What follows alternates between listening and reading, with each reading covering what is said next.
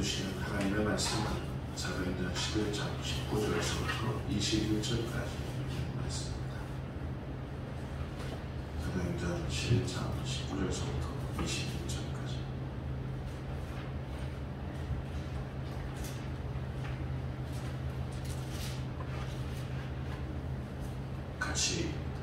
다같이 합독하겠습니다. 그때에 스데반의 일로 일어나는 환난으로 말미암아 흩어진 자들이 베니게와 구브로와 안디옥까지 이르러 유대인에게만 말씀을 전하는데, 그 중에 구브로와 고린의 몇 사람이 안디옥에 이르러 헬라인에게도 말하여 주 예수를 전하니 주 예수님이 그들과 함께 하시며 수많은 사람들이 믿고 주께 나오더라. 사도행전 강의 40번째 시간, 환난 가운데 그 몇 사람이라는 제목으로 함께 하나님의 음성을 정하겠습니다. 환난이라는 말은 이제 더 이상 우리들 사이에 새로운 말은 아닌 것 같습니다. 요즘 대한민국을 살아가는 우리 그리스도인들의 솔직한 고백은 이렇습니다. 도대체가 환난이 아니었던 때가 언제 있기나 했던가. 환난을 계속 겪다 보니 희망을 가질 수가 없습니다. 우리로 하여금 환난은 숨막히게 합니다. 한숨 짓게 합니다. 주저앉게 합니다. 널브러지게 합니다. 포기하게 합니다. 두렵게 합니다. 의심 갖게 합니다. 그러나 여러분, 정말 중요한 것은 환난은 우리로 하여금 성장하게 한다는 사실입니다. 환난은 우리의 말과 행실과 인격뿐만 아니라 우리의 믿음까지도 성장하게 합니다. 환난이란 말을 떠올리니 저는 다시 한번 모르드게를 소환하게 되었습니다. 그는 바벨론에서의 포로 생활을 겪었습니다. 조국 이스라엘은 그 당시 역사 속에서 지워져 버렸고 예루살렘 성전은 회파되었습니다. 살아있으려면 포로가 되어야만 했던 그런 시절이었습니다. 뿐만 아니라 모르드게는 바사 제국 시대에는 유민 생활을 겪었습니다. 포로 생활에다가 유민 생활까지 객지 생활의 연속이었습니다. 설상가상 모르드게의 삶의 고단함을 한번 생각해 보십시오. 모르드게는 분명 그 당시 혹독한 역사 한복판에 버려졌었습니다. 그러나 여러분, 그렇다고 해서 하나님까지도 모르드게를 버리셨습니까? 우리가 항상 체크해야 할 게 있습니다. 하나님은 지금 이 상황을 어떻게 보시느냐 라는 사실입니다. 모르드게의 환난, 모르드게의 포로 생활, 유민 생활을 통해 하나님께서는 뭘 이루시려는 건가 라는 걸 아는 게 우리에게는 핵심입니다.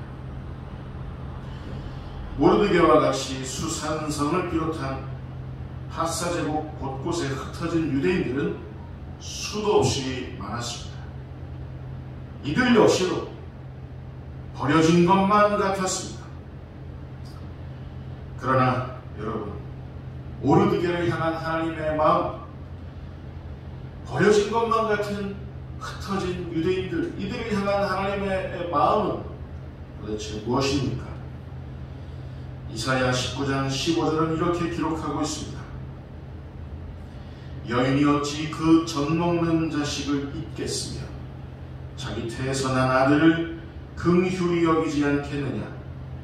그들은 혹시 잊을지라도 나는 너를 잊지 아니할 것이다.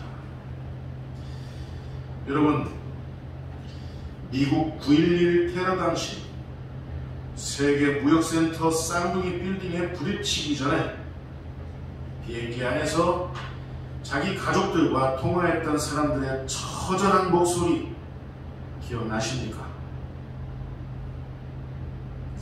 우리나라 대구 지하철 참사 당시 불타오르는 지하철 안에서 숨지기 일보 직전 그 뜨거운 불 안에서 가족들과 통화했던 사람들의 절규 기억나십니까? 2014년 세월호 참사 당시 침몰을 앞두고 점점 기울어져 가는 배 안에서 자기 부모님과 통화했던 아이들의 안타까운 목소리 기억나십니까? 여러분, 하나님이 오늘날 절규하듯 호소하듯 발 동동 구르며 환난을 살아가고 있는 우리들의 목소리를 하나님이 잊으실 수 있겠습니까? 잊으신다는 게 가능키나 하겠습니까? 우리가 잊지 말아야 할 사실 하나가 있습니다. 환난의 배후에는 늘 하나님의 손이 함께 하신다는 사실입니다. 모르드게의 환난 속에 하나님의 손은 함께 하셨습니다. 하나님은 모르드게를 하만의 계략으로부터 구원하셨습니다. 모르드게뿐만 아니라 수산성에 흩어져 뿌려져서 살던 유대인들까지도 구원하셨습니다. 유대인들 모두를 구원하시기 위해 그 구원의 밑그림을 완성하시기 위해 모르드게로 하여금 미리 포로 생활과 유민 생활의 환난을 겪게 하신 것일 수도 있었습니다. 여러분, 우리는 하나님 구원의 방편입니다. 우리가 환난을 겪고 있는 이유는 우리가 하나님 구원의 방편이기 때문입니다. 오늘 본문의 예루살렘 교회에는 큰 환난이 일어났습니다. 스데반의 순교로 인해 촉발된 환난입니다. 다들 흩어졌습니다. 흩어져야 살 수 있었기 때문입니다. 그렇지 않아도 이스라엘은 아수르 제국, 바벨론 제국, 메데와 파사 제국, 헬라 제국, 로마 제국을 겪으면서 디아스포라, 흩어진 삶에 이골이 났던 사람들이었습니다. 그런데 이번에는 또 예루살렘 교회의 큰 환난을 통해 다시 흩어지게 되었던 겁니다. 묻겠습니다. 예루살렘 교회는 흩어짐으로써 망했습니까? 아니요. 교회는 흩어짐으로써 오히려 더 들불처럼 확산되었습니다. 교회가 겪는 환난은 교회 구원의 방편일 뿐만 아니라 교회 확산의 방편이라는 사실 여러분 잊지 마시기 바랍니다. 여러분, 우리는 환난을 겪으면 겪을수록 들불처럼 확산하는 사람들입니다. 교회는 확산 속에서 흩어짐을 당했지만 결국은 세계 곳곳에 확산된 바 있습니다. 뿐만 아니라 승천하시기 전 예수님은 이미 교회 그 확산의 역사를 예고하신 바 있었습니다. 사도행전 1장 8절입니다. 오직 성령이 너희에게 임하시면 너희가 권능을 받고 예루살렘과 온 유대와 사마리아와 땅끝까지 이르러 내 증인이 되리라 하시니라. 그리스도인들에게 성령이 임하면 권능을 받고 결국은 사방팔방 흩어지게 되지만 교회는 오히려 땅끝까지 이르러 확산합니다. 환난과 확산의 방법으로 교회는 예나 지금이나 세상을 정복해 왔던 겁니다. 그로 여러분, 환난 당할 때 위축되지 마십시오. 두려워하지 마십시오. 의심하지 마십시오. 희망을 가지십시오. 오히려 나에게 드디어 확산의 때가 왔구나. 정복할 어떤 무언가 그 사명이 주어지겠구나. 라고 여러분 자신에게 선언하시기 바랍니다. 나의 환난으로 인하여 나의 믿음과 나의 고백과 나의 기도가 확산될 거라 생각하시기 바랍니다. 이런 연고로 우리는 환난 당할 때 하나님이 하시는 일들의 그 패턴을 알게 됩니다. 시편 119편 71절은 이렇게 기록되어 있습니다. 고난 당한 것이 내게 유익이라. 이로 말미암아 내가 주의 율례들을 배우게 되었나이다. 우리는 고난 당함으로 인해, 환난을 겪음으로 인해 우리는 더더욱 하나님을 알게 되는 겁니다. 제가 신학대학원 시험을 치를 때였습니다. 시편 121편 1절과 2절 암송에서 주관식으로 써내려가라 라는 게 문제입니다. 제 운명은 간당간당했습니다. 이 시편 121편 1절 2절을 암송에서 쓰면 합격하는 것이고 못 쓰면 불합격하는 것인데 도무지 생각이 안 났습니다. 첫 구절이 생각이 안 났습니다. 제겐 환난이었습니다. 여기서 떨어지면 1년을 또 고생해야 하는 그 순간이었습니다. 저는 기도했습니다. 한동안 고개를 숙이고 머리를 쥐어듣고 있는데 하나님께서 용재야 내 눈을 들라 하시는 겁니다. 내 눈을 들라. 이건 하나님의 힌트였어요. 121편 1절 2절 말씀은 이렇습니다. 내가 산을 향하여 눈을 들리라. 나의 도움이 어디서 올까? 나의 도움은 천지를 지으신 여호와에게서로다. 용자야 눈을 들라. 내가 산을 향하여 눈을 들리라. 여러분, 누가 우리 환난으로부터 도우실 수가 있겠습니까? 하나님만 우리를 도우실 수 있습니다. 다시 오늘 본문 19절부터 21절까지의 말씀으로 돌아가겠습니다. 같이 읽겠습니다. 자, 시작. 그때에 스데반의 일로 일어난 환난으로 말미암아 흩어진 자들이 베니게와 구브로와 안디옥까지 이르러 유대인에게만 말씀을 전하는데 그 중에 구브로와 구레네 몇 사람이 안디옥에 이르러 헬라인에게도 말하여 주 예수를 전파하니 주의 손이 그들과 함께 하시니 수많은 사람들이 믿고 주께 돌아오더라. 여기서 몇 사람이라는 말에 한번 주목해 보시기 바랍니다. 이들 몇 사람은 흩어진 자들 중에 몇 사람이었습니다.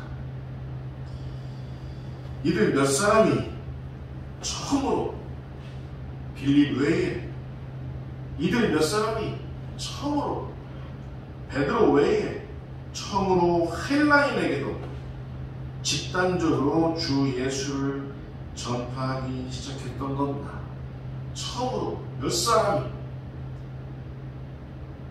빌립 혼자 이디오피아 내시에게 복음을 증거한 일이 있었지만 베드로 혼자 가이사랴 고넬료에게 복음을 증거한 일이 있었지만 몇 사람이 단체를 이루어서 헬라인에게 복음을 전파하기 시작했던 건 이건 처음에 교회적인 사건이었습니다. 여러분, 흩어진 건 정녕 아픈 일입니다. 흩어지면 내일을 알 수 없습니다. 모든 게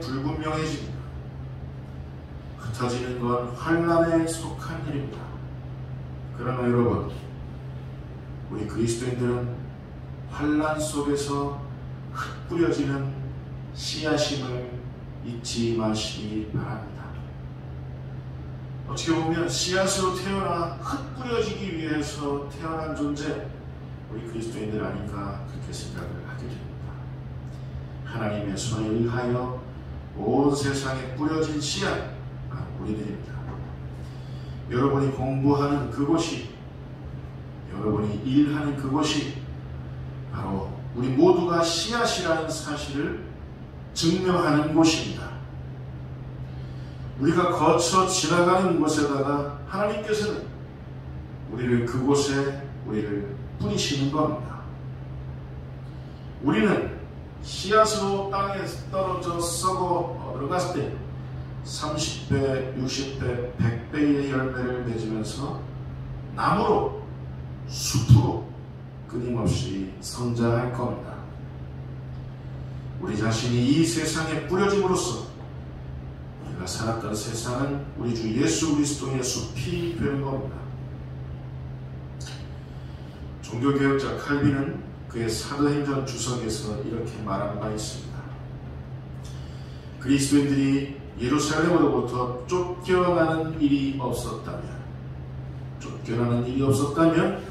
이방인들은 아마도 복음을 들을 수 없었을 것이다.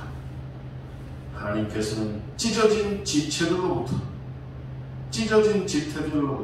더 많은 몸이 생겨나게 하셨다. 애누이 없이 정확한 말입니다. 종교개혁자 칼빈은 민들레 홀씨처럼 그 당시 중세의 암흑기에 흩뿌려졌던 사람이었습니다. 그러나 그가 환난당함으로, 그가 제네바에 뿌려짐으로 인해서 교회는 다시 본래의 모습으로 돌아올 수 있었습니다. 칼빈이 뿌려짐으로 인해서, 마틴 루터가 뿌려짐으로 인해서, 쯔빙글리가 뿌려짐으로 인해서, 그들의 뿌려짐으로 인해서 교회가 다시 하나님의 품으로 돌아올 수 있었다. 여러분, 우리가 환난 당할 때, 우리가 흩뿌려질 때 하나님께서는 당신의 숲을 더욱더 울창하게 하신다는 사실을 기억하시기 바랍니다. 결론입니다. 여러분, 한번 상상해 보십시오. 모르드게라는 사람이 포로 생활, 유민 생활에 환난을 뚫고 믿음으로 일어서는 일이 없었다면 바사 제국의 수산성 디아스포라 유대인들은 어떻게 되었을까요? 에스더가 왕후 되는 일도 아마 없었을 겁니다. 유대인들은 다 망하게 되었을 게 분명합니다. 여러분, 예루살렘 교회에 흩어진 자들 중에서 그 몇 사람이 안디옥의 헬라인들에게 주 예수를 전파하지 않았다면 당시 사도행전 속 초대교회의 운명은 어떻게 되었을까요? 교회는 아마도 예루살렘 교회에 그쳤을 게 분명하며, 이를 몇 사람이 없었다면 초대교회의 가장 찬란한 교회 중에 하나였던 안디옥 교회는 아마도 없었을 겁니다. 안디옥 교회가 그 당시 이방인 선교의 전초기지 역할을 했던 교회였는데 안디옥 교회가 탄생되는 일은 없었을 겁니다. 그 몇 사람이 없었다고. 열방의 들불처럼 복음을 전했던 그 안디옥 교회는 아마도 없었을 게 분명합니다. 몇 사람이 없었다. 여러분, 오늘도 하나님께는 그 몇 사람이 필요한 겁니다.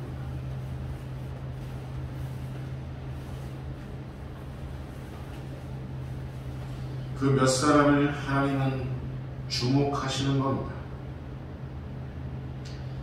하나님의 나라가, 하나님의 일이, 하나님의 역사가 확산되는 일에는 단지 그 몇 사람이 필요했던 겁니다. 많은 사람이 필요한 게 아닙니다. 몇 사람만 일어나면 됩니다. 몇 사람만 나서면 됩니다.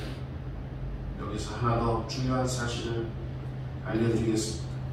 이들은 다 하나같이 다들 무명의 그리스도인들이었다는 사실입니다. 성경에 그들의 이름이 나오지 않습니다. 단지 몇 사람, 흩어진 자들 중에 몇 사람으로만 나올 뿐입니다. 여러분, 모르드게는 유명한 사람이었습니까?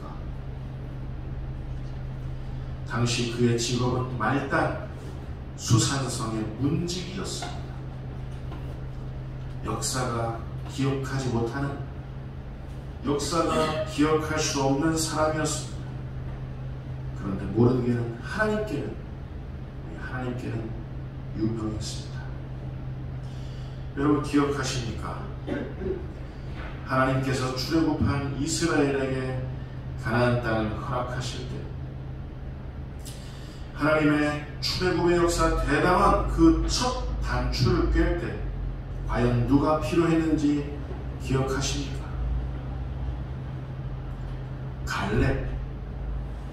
갈렙이었습니다. 하나님의 위대한 역사는 늘 소수 몇 사람에 의해 왕성해진다는 사실을 잊지 마시기 바랍니다. 12명의 정탐꾼들 대다수는 이렇게 고백했습니다. 민수기 13장 32절 33절 말씀입니다. 우리가 두루다니며 정탐한 땅은 그 거주민을 삼키는 땅이요, 거기서 본 모든 백성은 신장이 장대한 자들이며 우리는 스스로 보기에도 메뚜기 같으니 그들이 보기에도 그와 같았을 것입니다. 이 고백은 어떻게 보면 팩트입니다. 여러분, 무한대 곱하기 0은 뭡니까? 0입니다. 하나님을 믿지 않는 이들, 하나님을 신뢰하지 않는 이들이 수십만, 수백만, 수천만, 1억, 수십억, 수백억을 이루어도 이들이 하나님을 신뢰하지 않으면, 이들이 하나님을 믿지 않으면 그 효과는 0입니다. 여러분, 우리 화평교회 성도들 다 모였어도 하나님을 우리가 신뢰할 수 없다면, 하나님을 지금 이 순간 믿을 수가 없다면, 하나님이 아무리 무제한에, 무한정에, 무한대의 권능을 갖고 있다 하시더라도 우리에게는 그 어떤 열매도 없을 겁니다. 이와 반대로 두세 사람 곱하기 무한대는 많은 사람 필요한 게 아닙니다. 우리 화평교회에서도 많은 사람 필요한 게 아닙니다.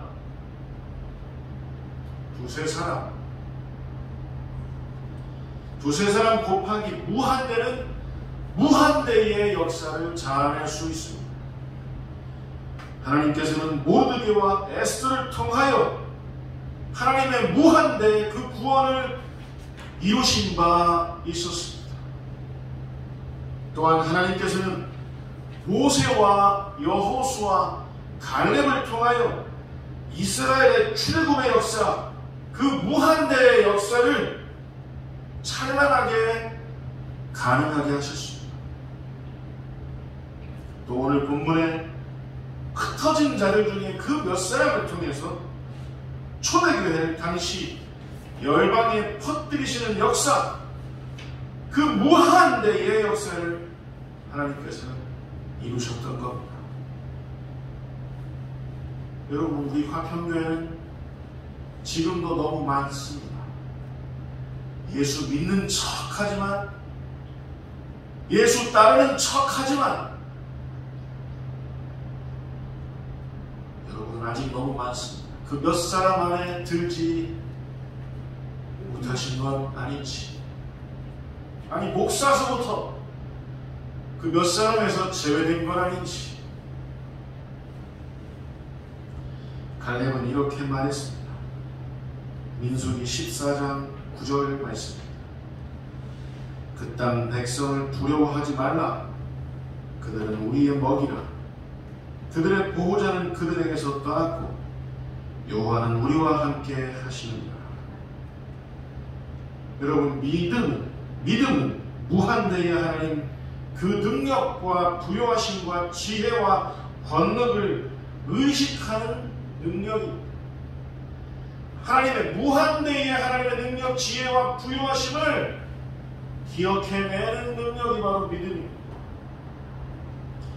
역사 속에서 모르드게와 에스더가 지나갔을 때,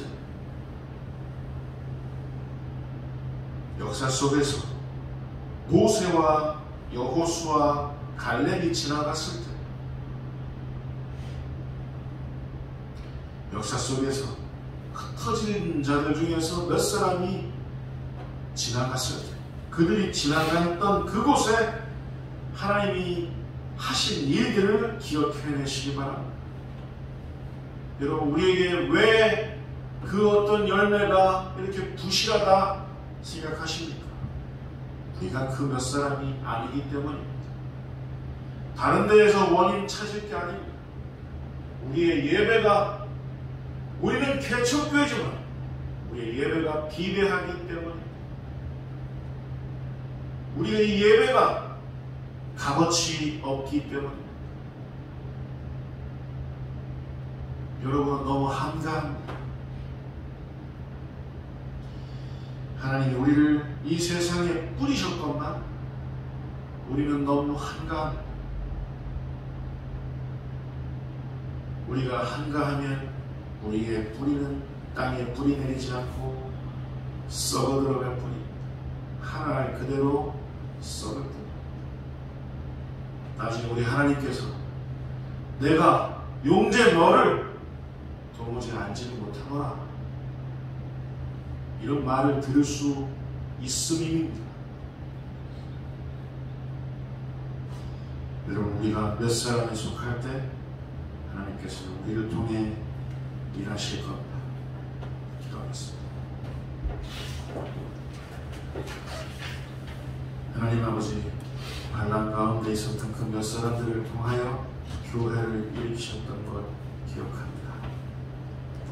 하나님, 우리도 그 몇 사람 될 수 있도록 주님, 우리의 마음을 흔들어 깨워 주십시오. 예수님의 이름으로